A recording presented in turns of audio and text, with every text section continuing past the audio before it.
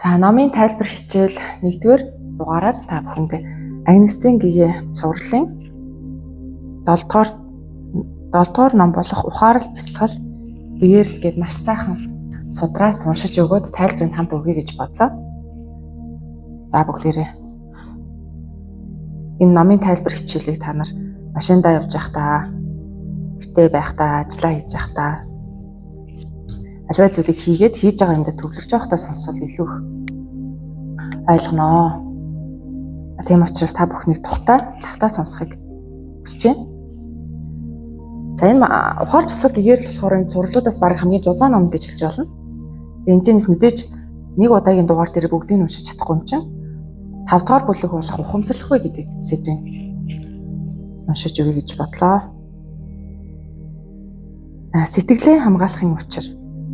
Сахил сурталыг мөрдийг ивэл санаа сэтгэлээ сахин хамгаал. Санаа сэтгэлээ сахиж чадвал сахил сурталыг мөрдөж чаднаа. За энэ сахил гэдэг зүйл маань угаасаа бидний эдээс мах цуснд гүн шингэсэн муу сэтгэл байгаа штэ. Эго за тийм зарим муу дадал зуршлаа тий. Юмд онцсон байдал ч гэдэг юм уу. Хүнд нэг муу санаа, хүн татаархах альва юмыг хулгайлах сэтгэлтэй ч гэдэг юм уу. Ер нь ингээд сэтгэлийн тэр хорт муу зан чанар байвал тэрийг сахил өгөх аргаар мөрдөг болгож өгдөг байна шүү дээ. Твчих аргаар тий. За чи ингээд худлаа хэлээд байдгүй худлаа хэлэх байлаа. Тэгээд чамд огт худлаа ярьж болохгүй гэд 3 жилийн 3 сарын сахил өгье гэдэг ч юм уу. Хичээнэ ингээд тэр тухайн хүнд бүр гүн суудсан байгаа муу дадал зуршлыг гаргахын тулд сахилыг өгдөг байсан байх нэ. Тэгвэл санаа сэтгэлээ сахиж чадвал сахил сурталыг мөрдөж чаднаа. Энэ болохоор угсаа ойлгомжтой тийм. Хамгийн гол нь юм төвчээд ахтаа биш, өөрийгөө хорж бариад ахтаа биш. Санаа сэтгэлээ сахин хамгаал буюу ухамсартай байж чадах юм бол бид нэр заавал өөрийгөө хорж боогоод сахил хүртээд ах шаардлагагүй гэсэн санаагаар хэлсэн байна. Бодит сэтгэлийн 3 төрлийн сахил байдаг. За сэтгэлийн 3 төрлийн сахил. Эхнийх нь ёс суртахууны сахил буюу инрэл нэгүслийн амьдралын зарчим болгохоо, инрэл нэгүслийг амьдралынхаа зарчим болгох гэж байна. Нэгдүгээр нь. За хоёр дахь нь самади бясалгалын сахил буюу ямар ч орчин нөхцөл донд сэтгэлийн үүмрэлд үл автах. Гурав дахь нь бэлгүүн чанарын сахил буюу үзэгдэл орчлон зүйд мэд ухамсарлахаа. За ёс суртахууны сахил төвлөрчг нь самадын сахил хөгжих үндэс болдог. Самадын сахил төвлөржүүл бэлгүүн чанарын сахил хөгжих үндэс болно. Энэ гурван сахилын хүчээр бидний сэтгэлд хуримтлагдсан ил, далд, хэр буртаг ариусч бод чанар маань тодорцгоо гэж байна. За сэтгэлийн сахил гэж чинь тийм ээ. Бод сэтгэлийн 3 төрлийн сахил ихнийх нь нэгүслийг, инрэл нэгүслийг амьдралынхаа зарчим болгоо.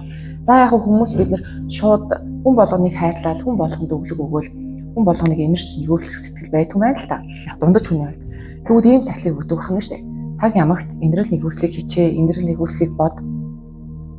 Бусдыг хайрлаж, бусдыг тэтгэж те яаж нэгүслийн сэтгэл гарах боломж байна тэр бүгдийг хийгэж загтаг байх нь эхний сахил нь.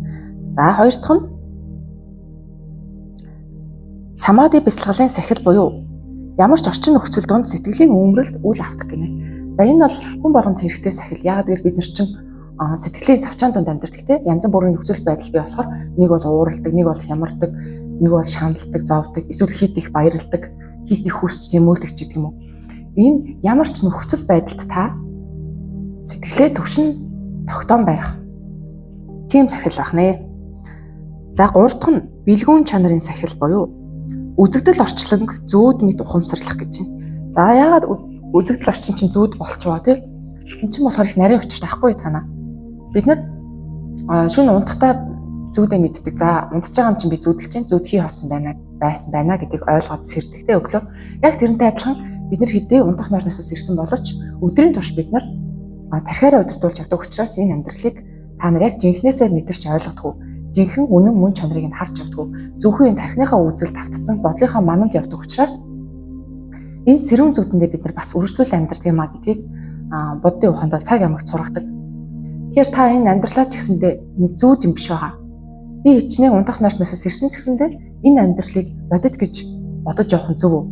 Матрц гэдэг чинь ерөөсөө бидний тархинд суусан хайрцаглалт. бид нэр тархиараа үзлээрээ тархинд суулгасан мэдээллээр эргэн тойрноо харж яг л тархинд юу гэж суулгаж юу заасан тэр мэдээлэл тархины үзлээр амьдрах юм бол энэ бол сэрүүн зүудээс ямар ч ялгаа авахгүй та тархиныхаа зүүдэнд дунд амьдарч чинь гэсэн үг. Тиймээс та яг энэ орчлын ертөнцийг энэ амьдралыг яг бодит өнцгөөс нь яг бодит үннээр нь харуул зүүднээсээ сэрэх буюу матрицаас гардаг байна. Тэгэхээр үзэгдэл юмсыг эргэн тойрныхоо харж байгаа зүйлсийг зүүд мэтээр сэтгэе гэж хэлсэн байна. 3 дахь сахил нь. Ёс суртахууны сахил төгөлдөрчих нь самаадын сахил хөгжих үндэс болно. Самаадын сахил төгөлдөрчвөл бэлгүүн чанарын сахил үндэс болно. Энэ 3 сахил чинь бие биентэйгээ холбоотой юм. Инрэл нэгүслийг бид нэр сахил болгон явах юм бол дараагийн самаадын мэслэл буюу ямар ч нөхцөл донд сэтгэлийн өөмрөлт үл автах нөхцөл нь болдог байна. За тэгвэл сэтгэлийн өөмрөлт үл автах байдлыг өөртөө суулгачих юм бол дараагийн бэлгүүн чанарын сахил буюу эргэн тойрончим зүүд юм аа. Зөвхөн нэг хинжээсэн л амьдрал юм аа гэдгийг бид нар ойлгож харах нь шүү дээ. Энэ 3 сахилын хүчээр бидний сэтгэлд хуримтлагдсан ил даалт хэр буртаг ариусч бод чанар маань тодордог. Сэтгэлд хуримтлагдсан ил даалт буртаг ариусна гэдэг чинь зөрхөн үрд маш сайхан цэвэрлэгдэх нь. Яг л бид нар юмыг мөн чанараар нь харж сураад мөн чанараар нь ойлгож ухамсарт хэлэх юм бол бидний дагаад зөрхөн үрд маань ариусдаг байна. Их хүлэгний сахилыг сахих нь сэтгэлийг сахих гэсэн үг юм. Сэтгэлийг онцлохын учир юу вэ? Нүгэл буян жаргал зовлон цөм сэтгэлийн мөн чанартай юм. Сэтгэл ариун бол оршихуй ариун. Сэтгэл бохир бол оршихуй бохир. Тийм учраас ертөнцийг өөрчлөх гэж оролдохын оронд сэтгэлээ л өөрчил гэж бурхад сургадаг. Их хүлэгний сахилыг сахих нь сэтгэлийг сахих гэсэн үг гэж штэ. За тэгвэл бидний энэ жаргал зовлон нүгэл буян зовлонгийн бүх шалтгаан, жаргалын бүх шалтгаан энэ бүхэн чи өртөөсөө бидний сэтгэлээс үүсдэг зүйл байна шүү дээ. Тэгэхээр бидний зүрхэн урд буюу сэтгэл санаа маань ямар нэгэн гэмтэлтэй өвчлөлтөй бохир эрчимтэй ахын бол эргэн тойрны ертөнц хүртэл тийм болж харагдаж мэдрэгддэг байна. Тэгэхээр та нар ертөнцийг өөрчлөх гэж оролдохын хооронд сэтгэлээ өөрчлөхөд болно гэж бурхад загдаг гинэ. Гадна талын шалтгаан бүхнийг гардаж анзлаад дуусгах цаггүй. Ажууд сэтгэлээ зассан цагт гайхал очлонг засах шаардлагагүй юм аа. Бид дотроо үүссэн буй элдв мэдрэмжийг гадна талын шууд тусгал гэж эндүрч өгч буй хариултаа тухайн орчин нөхцөлийн эрхээр өөгдсөн зайлшгүй үйлдэл мэтээр зөвтгдөг. Гол учир нь бидний хуран мэдэх сэтгэлийн талбарт бий. Сэтгэлийн тайлбарт бий. Игшин зур өрнөх ил үйл явцыг ажиглан шинжлэх нь ухамсарын мөн чанар. За яг үнэ бид нарт хэлдэг шүү дээ. Яагаад та энэ дээр ууралцсан юм бэ? Яагаад та энэ хүнд гомдоод байгаа юм бэ те? Яагаад та ийм үйлдэл гаргах чиглэл өөрийгөө зөвтгдөө шүү дээ. Үгүй ингэж байгаа юм чинь би гомдохгүй яах юм гээл те? Ийм юм болж байгаа юм чинь би уурлахгүй яах юм бэ? Эсвэл ингэж байгаа юм чинь би ийм үйлдэл гаргахаас биш яах юм. Тэгээ зүгээр л тэнэг юм шиг хараа сууж яах юм гээд өөдөөс өөрийгөө зөвтгөхөд хэрэлдээд байдаг шүү дээ хүмүүс чинь. Тэ? Та энийг ингээд ухамсарлах хэрэгтэй байсан шүү дээ. Гингүүд өөрийгөө зөвтгөхдөг. Гадна талын юмд ингээд шалтгаан өгöd байдаг байна шүү дээ. Ингэж өөрийгөө зөвтгөх талаар ярьсан. Энэ бол яг үнэн хэлсэн байна. За гэтэл та тэр гадна тал болж байгаа процесс өөр автах шаардлага заавал байхгүй. Бид нэр ухамсартай байж чадах юм бол хин нэг нь таныг гомдооч чадахгүй, хин нэг нь таныг уурлуулж чадахгүй, хин нэг нь таныг хохироож чадахгүй байна. Хамгийн гол нь бид нэр тэр үйл явдалд өөр ухамсаргүй байж байгаад автснараа тий уура ухамсарлаж чадахгүй, тэр муу үйлдэлээ муу сэтгэлээ ухамсарлаж чадахгүй байснараа элдв янзын хариу өгдөлтийг бид нэр өөрсдөө өгдөг. Тэгэнгүүтээ өөрийгөө зөвтгөхөд идэг бусдад шалтгаан өгөө. Тэрнээс болсон, энэс болсон ийм үйл явдлаас болоод би ингэсэн гэдэг өөрийгөө зөвтгөхдөг. Гэтэл ухамсартай байсан бол та хизээч тийм болчингүй үйлдэлүүдийг өөрөөсөө гаргахгүй байх байсан биз дээ. Мухар сохор хариу үйлдэл хийлгүүгээр сэрэл мэдрэмж сэтгэл хөдлөлийг тайван ажиглах тусам үйл манан арилж цэлмэг огторгуй тодорно. Дадал зуршлын эрхээр бий болж байдаг хурамч сэтгэлдлүүд арилгахын хэрээр бидний мэдрэхүй цэвэр тунгалаг болно. За ингэ чинь дадал зуршлын эрхээр бий болж байдаг хурамч сэтгэлүүд арилдаг. Бидний энэ сэтгэлийн хариу үйлдэл дадал зуршил болсон байдаг байна. Гомдол, уур хилэн, хатаа жөтөө, баярлах, татагдах, шунах энэ болгон чинь бидний бүх сэтгэл гүн дадал суулгацсан байдаг байна. Тэгэхээр хүмүүс яг л ижлэг хариулт үзүүлдэг тий. Би гудамжинд явж байгаа 10 хүн дээр очиод 10 хүн дээр би уурлын өөдөөс нь над руу зөрүүлээд уурлна. Тэр хүмүүс хэрэг ухамсар буюу бод сэтгэлийг төвлөрдүүлж чадаагүй бол эргээд над руу уурлах нь шүү дээ. Энэ болохоор хүн болгонд байдаг сэтгэлийн дадал байна шүү дээ. Мастер чигээрээ яг ижилхэн сэтгэлийн дадлыг өөртөө суулгасан. Би захын хүнийг гомдооч чадна, захын хүнийг уурлуулж чадна гэж одоо ямар ч хүнийг би сэтгэлийг хөдөлгөрч болох байхгүй эрэг сөргөөр нь. Яг л тэр хүн болгонд чинь сэтгэлийн дадал сууц учраас би хүмүүс яавал уурлах, яавал баярлдаг гэдгийг мэдээд байгаа ч тийм. Харин бод сэтгэл гэдэг зүйлийг суулгах зүнийг бол би яаж ч чигээд сэтгэлийг хөдөлгөж чадахгүй байна шүү дээ. За хууранд сэтгэлийн дадал арилгахын хэрээр бидний мэдрэхүй цэвэр тунгалаг болтгоо. Тэр чинээгээр бодит байдлыг эрүүл саруулаар мэдэрч түүнд нийцсэн цохролт үйл ая зөнгөөрөө ундрна. Цохролт үйл бүхэн буйны анхлаг бэлгийн гэгээ төгөлдөр байдгаа гэж. За ингэж бид нэр хэрвээ бодит сэтгэлийг өөртөө дадуулчих юм бол тухайн яг болж байгаа процессыг бид нэр тэр тархинд ч гэдэг юм уу сэтгэл дадлуулсан хэлбэрээр хариу өгөхгүйгээр ажиглаад ухамсарлан тий.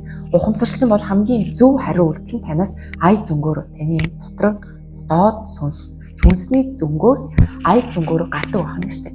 Жишээлбэл нэг хүн намайг хохироолаа, миний нэг юм хулгайлчлаа, миний нэг эд зүйлийг гэмтээчлээ гэж бодонгууд бод сэтгэлийг хэрвээ би өөртөө суулгасан бай шууд уурлаад заргалдаал явахгүй байна шүү дээ. Энийг яг мөн чанараар харах нь яагаад надад ийм хохирол учирваа. Хэрвээ би хизээ нэгэн цаг тэр хүнд өртөө байсан бол энэ зөв үйл болж байгааг би ухамсарлана. Хэрвээ хизээ нэгэн цаг би тэр хүнийг ондоосон байсан бол энэ зөв үйл болж байгааг би ухамсарлана, тийм ээ.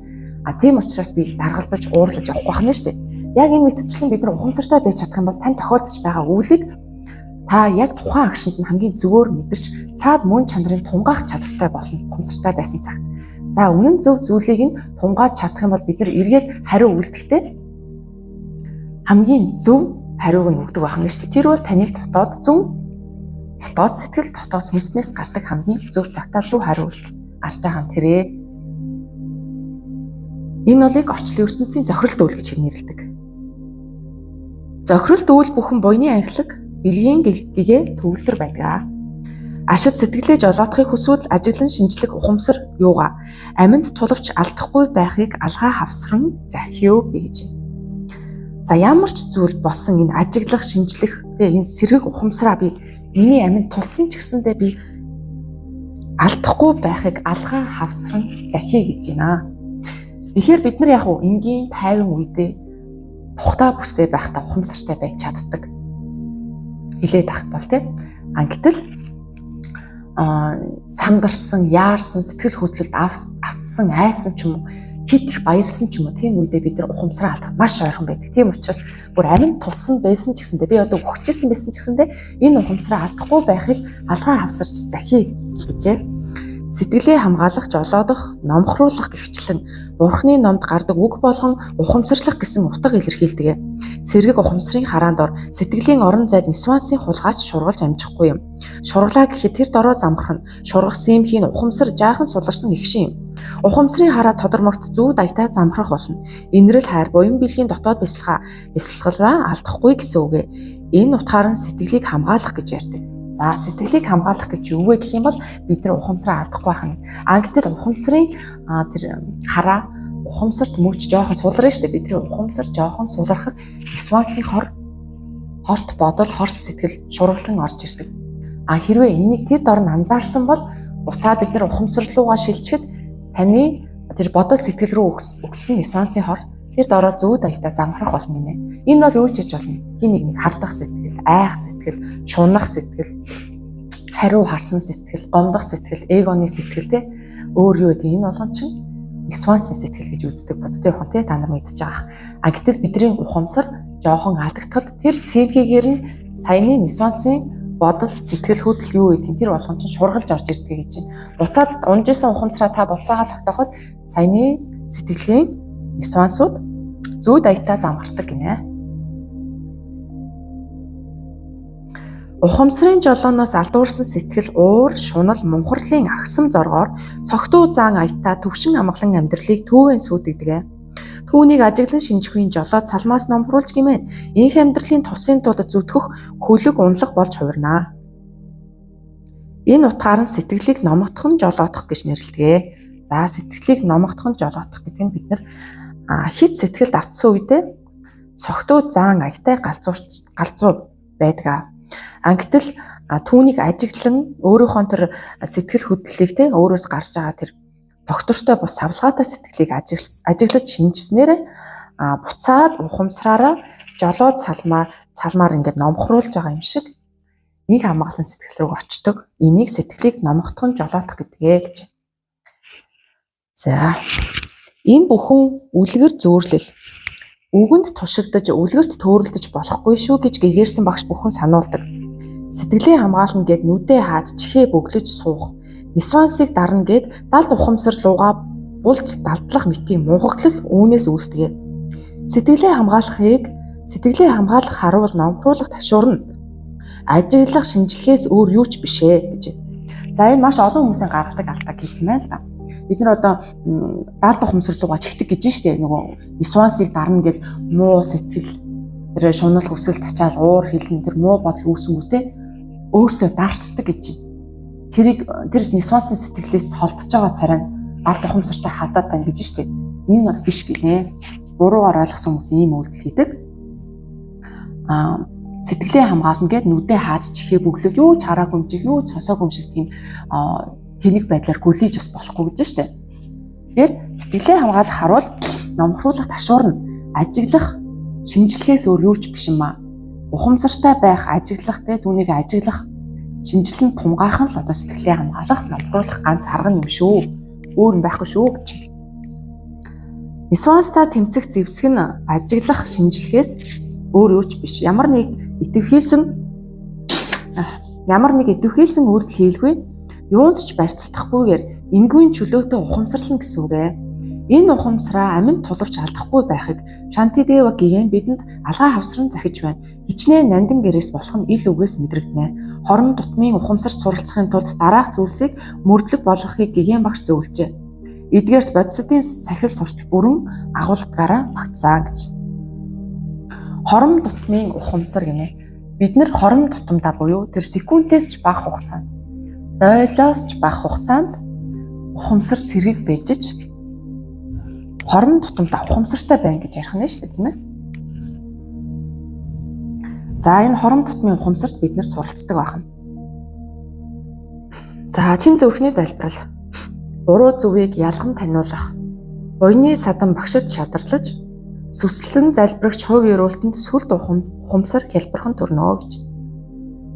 Би багштай гол зүрхний угаас сүсгэлж явсны хүчинд тас шувууны дэвлэлээр олон хоног нис чүрэх газар шоргоолцны гүйдлэр агшин зур оцсон юм да гэж боромдон гиген дурссан байдаг. Тэрээр сахил хүртэж лам болоогүй. Агуу битүүлж аглагт даянчлаагүй ч Адиша богдод өдөр шөнөгүй үйлчилж суухдаа бод сэтгэлийн бясалгад бүрэн төгс уусжээ.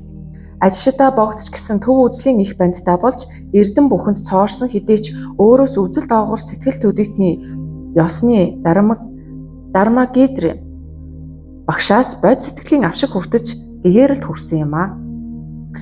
Дармагидри багшаа дурсах тоол нь нулимс мэлмэрүүлэн алах хавсран залбирдаг байсан гэдгээ гэж. За боромдон гиген олон жилээр бясалгаагүй уул агуу битүүлж аглагт даянчлаагүй ч гэсэндээ өдөршөнгөө багшийнхаа дэргэд үйлчилж сууснаар сэтгэлийн бясалгалд бүрэн төгс уус чадсан байна гэсэн төгөө оруулсан байна те. Наланда хийдийн тэргүүн эрдэмтэн байсан атлаа. Нараво зандалч дүрт Делавата учрахын тулд хамаг бүхнээ золиосолж барлаг болон явсаар эцэст нь ам биеэрээ тахил өргөхөөр сэтгэл шулуутсан үедээ Махамуутрын дууг сонссон билээ. Мэл богдын гүрдөө бүхэн эцэг богд Марва багшийнхаа өлмид сүгдсэн залбирлаар хэлдэг.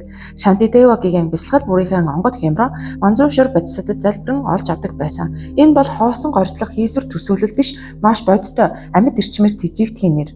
Равжа хутагтын хэлсэнчлэн. Богд багш чамаагаа өсвөл хоошиг идмүү. Богд багш чамаагаа цангуул унд шиг залгимуу гинэ. Ер нь эртний дээрсэн хүмүүсийн түүхийг уншаад хаад багш гэдэг зүйлийг маш их хүнддэгдэг те. Багш гэдэг нэрийг маш их хүнддэгдэг. Багшаа бүр ингээд энэ орчлын ертөнцийн хамаг бурхнаас илүү дээгүүр тавьдаг. Тэгээд үйл хийхдээ, бясалгал хийхдээ юм болгондоо хамгийн түрүүнд багшийнхаа нэрийг дурсдаг байна. Энэ бол түрүүний хэлсэнчлэн хоосон төсөөлөл, хий хоосон гордлого биш юм аа. Энэ багшийнхаа нэрийг дурсснаар өөрийнхөө тэр маш гоё эрчим сүлд тэр юу гэдгийг бүх гоё сайн сайхан юм тэр дээд хинтээсийн маш гоё эрчмийг өөртөө буулгаж авдаг гэсэн нэг арга нь байсан биз дээ. Тэр чин сэтгэлээсээ хайрлж, чин сэтгэлээсээ хүндэлж байгаа юм чинь тэр чин сэтгэлийн юм гэдэг чинь яг л хүчтэй үйлчлдэг байх нэ гэдгийг хэлсэн байна. Бурханлаг авах үед орон зай цаг хугацааны хил халахвч үгүй. Сэрүүн тунгалаг их хөлгөний хөтөж багштай учирсан бол зөөргөө ирхэм ад завшаа юм.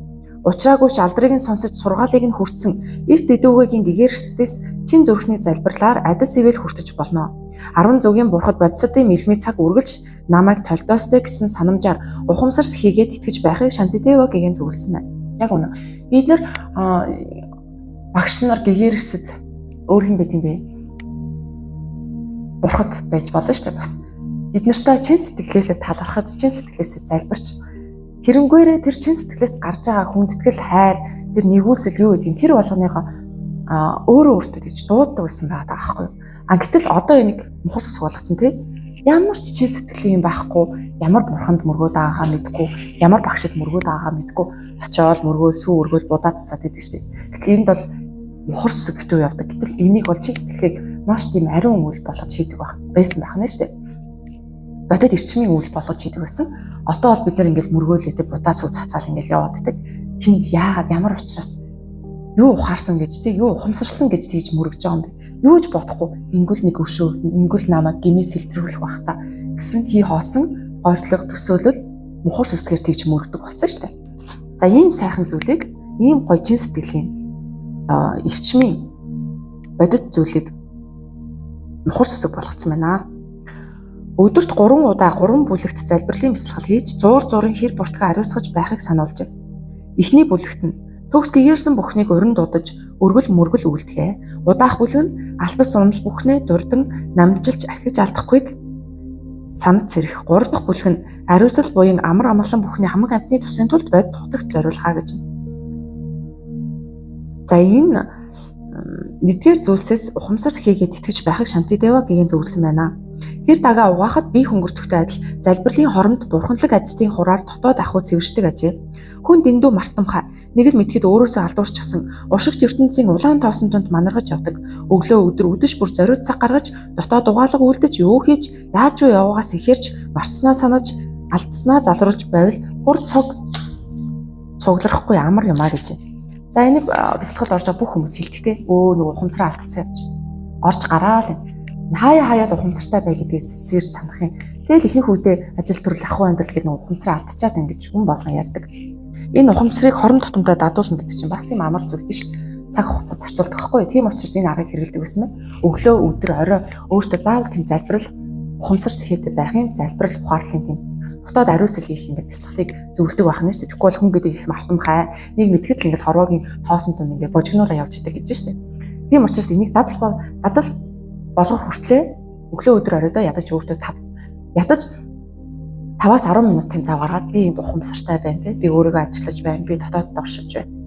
Гэт тэр нөгөө тухайн үеийн бяцлагч нар чинь өөрсдийн багш гэх юм өөрсдийн тэр шүтэж нандинаж эрхэмлэж явдаг багш нарынхаа нэрийг дуудаад хуртынхаа нэрийг дуудаад хийж гоо залбирдаг байхын талархал нэгүслийг ингээд залбирдаг байхын. Энэ чинь болохоор бид нэр өөртөө бүтээж маш гоё өндөр хэмжээсийн дээд ариун эрчим баггүй.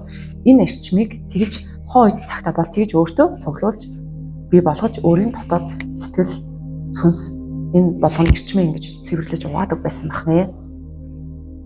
За хэдүүл болохоор заавал одоо дээр үн бяцлагч нар шиг бурхан ч юм уу аль нэг багшийнхаа нэрийг дуудаад ах шаардлагагүй. Хамгийн гол нь юу сэтгэлийг чи хамгийн гоё болгодог юм, юу ухамсарыг чи хамгийн гоё нэмэгдүүлдэг юм. Тэр зүйлээ бид нар аргаа бид нар олж авах хэрэгтэй байхгүй юу? Миний хувьд гэх юм бол би зүгээр ингээд төвлөрч сухтаа чийшин дээрээ ингээд чагнаж энэ дотор миний хамгийн дээд ариун сүнс байгаа. Миний дээд биегээ хотосоо өөрийнхөө дээд биегээ боддог. Тэгээд маш гоё өндөр дээд хэмжээсээс эрчим бууж ирж байгаа мэдрэгддэг. Тэгээд тэр болгондоо ухамсартай байгааг, дотоод сүнстэйгээ холбоотой байгааг, өөрийн дээд ухамсартайгаа холбоотой байгааг мэдэрдэг. Тэгээд цаанаас аяндаа хайр талархал ундардаг. За тийм учраас та нар өөрсдөө хамгийн таатай энийг мэдрүүлэх эсвэл ийм үг амнаасаа хэлүүлэх эсвэл ингэж суул би өөрийн хамгийн ингээд гоё тэр дээд оршихуй дээд ухамсарын тийм гоё өндөр хэмжээсийн өндөр энергийн төвшинг би одоо өөртөө бүтээж чадах юм байна гэсэн аргаа та нар олоод өдөрт 3 удаа хийгээд байвал ухамсар чинь хорон тутамдаа ухамсар сэхээтэй байх тэр дадалчин бүрдэгтэй арай хэлбэршиж өгнө гэсэн ийм нэг арга техник байна шүү дээ. Сэрэмж төгс явдал мөрөө хайш яаш явдлыг цээрлэж хахир авирыг твч хаалга үүдэж аяархан хааж ганцхан бүхэндээ эвлүүхэн бай. цахлаа муур хулгайч тэргүүтэн симээр явж хэрэгэ бүтээдэг. Чандын үсэгч гигэн мэргэд сэрэмжит зөөлөн аясаар бүтээдэг. Одоо хүмүүсийг ингээл ажиллаад хаад ерөөс ухаан санаа тогтдоггүй те. Хаалга хүчтэй саваалгаа минтийн юм уу мартаал орхин интент юм ууж исэн хоол ундаа хасгаал те. Тэр нөгөө орж ирээл гарахтаа таавч гуцаа ингээд цэгцтэй тавьж чадахгүй ингээд хааш байгална. Энэ бол бүр ингээд насан турш өмнөөс ч хүртэлтэй бүр гэр бүлс хоогоод явж байгаа тэр хүмүүсээс хүртэл гардаг авир ахгүй. Авсан юм буцаагаад ингээд хураах тийм сэрэмж байхгүй мартаа гарчдаг. Барьжсэн юм ингээд салгаж хасхан тий. Эсвэл хаана юу тавьснаа санахгүй. Тэгэл хаалга маад хаахта дотор шаал өөр моцдог хүчтэй ингээд савж мавцсан. Хаана юу игээд байгаа бүр ингээд ямар ч тийм ухамсар сэхээ байхгүй байгаа нь мэдэгддэг. Үйлдэлээс нь л мэддэг. Харин ухамсар сэхээтэй байхад хаалгуудээж аяархан хааж хандсан бүхэндээ эвлүүхэн байж чаддаг болох нэ. Энийг бол та нар хэлсэн хэлүүлээг өөртөө мэдэрсэн баха. Явах, суух, хэвтэх, босох, ундах гэдэг амьсгалах үйл хөдлөлбөртэй эвлэг ухамсарлаг байхыг эрхэм хийжээ. Цахлаа муур зэрэгтэй зүрслэн учиртай. Сэм сэмхэн гитгэхгүй бол ан олзон үргэжчин шүү дээ. Бясалгагч хүний хувьд энерги тэр мэд. Хаашааш хахир яхир үйл хөдлөл донд өргөн хулжих гэмтэй байдаг.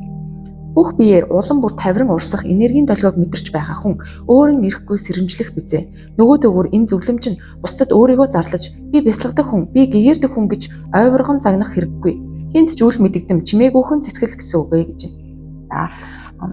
Хаашааш үүдэл гаргах тусам хахир яхир байх тусам бидний ухамсар сэхээ гэдэг зүйл тэр энерги үргэдэг байна. Харин тэр биеэр урсаж байгаа амьсгал юу гэдгийг тэр урсгалаа хүртэл мэдэрч явахад бид нар аяндаа эвлэхэн болдог гэж штэ. За нөгөө төгөр сүнслэг эгог дар гэсэн юм тийм ээ. Би бясалгадаг хүн, би гэгэрдэг хүн гэсэн ойвргон загнах хэрэггүй зүгээр л хинт ч үл мэдэгдэм чимээгүйхэн цэцгэлээ. Энэ бол бидний эгог юу яахгүй дэврэхгүй зүйлээ гэж давхар сэрэмжилсэн байна. Тэгэхгүй бол одоо нөгөө бясалгагч нар ч гэдэг юм уу энэ юу ертөнцид даалт ухамсарч юм сонирхдаг тийм хүмүүс болохоор сүнслэг эго гэдэг нь хит их атгацсан явж байгаа. Тэрийг хүртэл мэддэг байсан учраас сануулж хэлсэн байна шүү дээ. Лоз богдын ийм үг бий. Эртний мэргэд хүртэшгүй нарийныг хүртэж тэмтэршгүй чандыг тэмтэрдэг байжээ. Тийм учраас тэдний сэтгэмж яндах аргагүй гүн. Тэдний төрх халдах аргагүй эрхэмсэг айда. Тэд хаврын хайлбагдсан мөсөн дээгүүр явж байгаа мэт айдуухан, хоцыг нь хөндөөгүй мод мэт энгийн, ирчилгүй өргөн тал мэт нүдэнд баригдахгүй, булангарт усан мэт нууцлаг ажээ. Хин тэдний замд хөндөсдөж, хин тэдний амар амгалан буснуулж чадах вэ? Хин тэднийг тодорхойлж, хин тэднийг залуурдаж дөнгөх вэ гэж. Би сэтгэл хоёр нарийн уйлдаатай. Сэтгэл өмөрөхөд би хямардаг. Түүнчлэн би тайвширх аваа сэтгэлж тайвширдаг. Би зөв зохистой авч явахын учир тэр юм аа. Зүгээр суугтаач бие анзаарч зөв зэгцтэй суудлыг эрхэмлээ гэж. За ингээд би сэтгэл хоорондоо маш тийм холбоотой байдаг аа. Би үйлдэл юутэд ирэхээр сэтгэл савлгаадж эхэлдэг байна. Ухамсар сэхээ алдаад ирэхээр сэтгэл савлгаадж эхэлдэг байна. Сэтгэл савлгаадж ирэхээр биеийн үйлдэл дагаад хаашааш болдог байна л гэсэн үг. Шантидеван гиген зөвлөсөн байна. Нурууц их мөр тэнгэр хоёр хөлөө очир завилж хоёр алгаа тэгш агуулж харцаа хамрын үзүүр тушаа тогтоож уруула ай зөөлөн хамхиж хилээ тагнаад илдүүлж хүзүүгээ баг зэрэг гүдээлгсэн судал нь Берусна бурхны 7 шинжлэх үйлдэл хэмээн алдарсан сонгомол судал юм а. Ийм тэгш шимт байдалд хийн гүдэл чөлөөтэй урсаж ухамсар сэргийг амьсгал ууж байхад нөлөөлдөг. Энергийн урсгалыг тайван тогтун ажиллах тусам бүх биеэр задран төвж буйн мэдрэгнэ. Энэ урсгалд бие махбод уйсан хайлна. Бие уйсхын хамтар сэтгэлж уйсан хайлна. Бие сэтгэл хоёр уулсан сүлэлдэж нэгэн айзан химнэлдэл угшин долгилж байхыг самади гэдгээ. За ахаад хэлье. Бие уйсхын хамтар сэтгэлж уйсан хайлдаг. Бие сэтгэл хоёр уусан сүлэлдэж нэгэн айзан химнэлдэл угшин долгилж байхыг самади гэдгээ. За тэгээ хамгийн гой зөв судлаа болоод тэр биеийнхаа суудлыг тэр сэтгэл гэдэг зүйлтэйгээ холбох нь ингээд бие сэтгэл хоёр нэгэн зэрэг аясан сүлдэж уйсаж байх юм бол тэнд ерөөсөө самад явагддаг гэдэг байна шүү дээ. Бясалгалын суудалд олсон торгон мэдрэмжээ явдал үйлдэлийн ямар ч үед хадгалж хөгжүүлэх боломжтой юм. Арга ухаан нь мөнөх ажиглах ухамсар юм. Амьсгал авах, гаргах, агшин бүрийг бясалгал болгож болно. Нэгж хэсэг бүхлийнхаа шинжийг агуулж байдаг нь ертөнцийн зам юм. Нэгж хэсэг бүхлийнхаа шинжийг агуулдаг. Бид бүгдээрээ сүнсний нэгж хэсгүүд орчлон ертөнцийг бурхан гэж үзвэл, орчлон ертөнцийг нэгдмэл нэг ухамсар бүтээгч бурхан гэж үзвэл бид нар тэрний нэгж хэсэг. Ангитал төрөнд нэгж хэсэг бүхлийнхаа шинжийг агуулдаг гэж хэлсэн байна тийм ээ. Амьсгал авах, гаргах агшин бүрийг мөн бясалгал болгож болдог гэж штэ. Амьсгалаа ухамсарлаж байгаа хүн Амьдрал үхлийг ухамсарлана гэсэн үг. Түүнчлэн унтах сэрэх нэгэн хоногийн мөчлөгт сансрын бүхэл мөчлөгийг туулж болно гэж. Унтах сэрэх нэгэн хоногийн мөчлөг гэдэг нь одоогоор бидний 24 цагт тий. 24 цагт бид нар бүрэн дүүрэн амьсгалаа ухамсарлаж явах юм бол мөчлөг сансрын бүхэл мөчлөгийг туулж байгаа хэрэгээ туулж болно гэж байна. Тэгэхээр бид нар хорон тутамдаа, агшин тутамдаа ухамсардаг байдаг билүү? Амьсгалаа ухамсартаа авч гаргадаг билүү үү? Гэтэл яг бясалгаад суугаад йог хийхэд амьсгалаа бид нар ухамсарлаж чаддаг тий. Бусад үед нь бид нар ухамсарсхий өөр газар байж. Тэр 24 цагт тасралтгүй амьсгалаа ухамсарлаж даадах юм бол энэ бол нэг сансрын бүхэл мөчлөгийг туулж байгаа хэлбэрээ гэж. Гэтэл бид нар олон мянган жил, олон зуун удаа, хэдэн мянган удаа төрөл аваад лээдэг. Тэр олон мянган удаа төрөл авч тэр олон жилийг илээж явахдаа нэг хоног ч ухамсартай байж үзег байх нь. Тийм учраас гэгэрч чаддаг байх нь шүү дээ.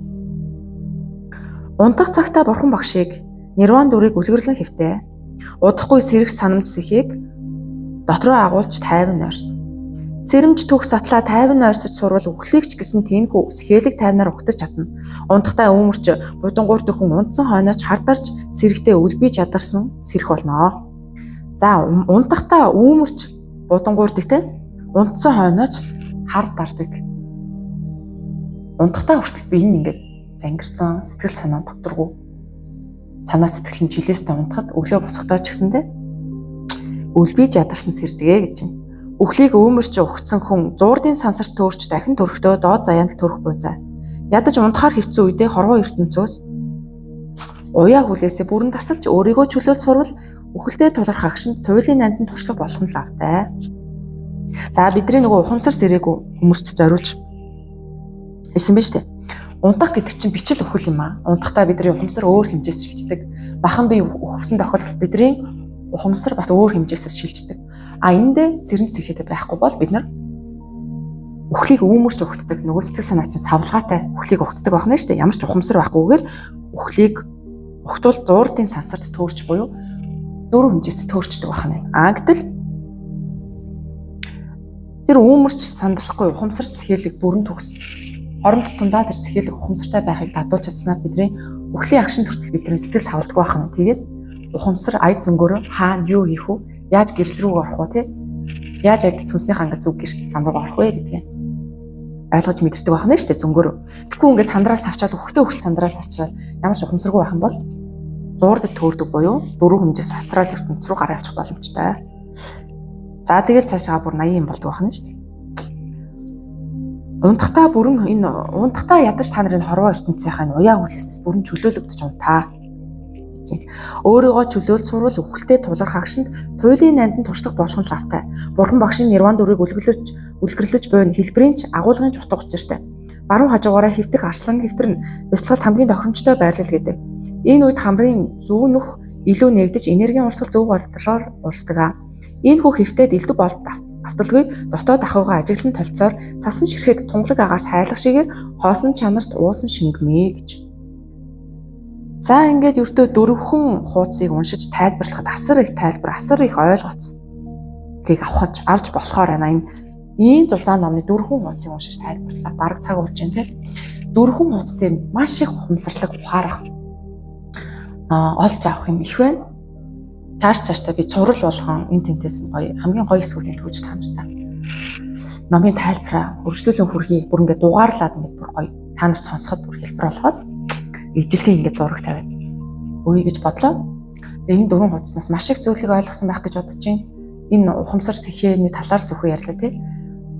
Биднэрт маш их гүн туршлага гэрлийн зам урт маань маш их гоё өр өгөөжтэй зүйл байлаа гэж миний хувьд дүгнж байна. За ингээд энэ болтол сонссон та нартай баярлалаа.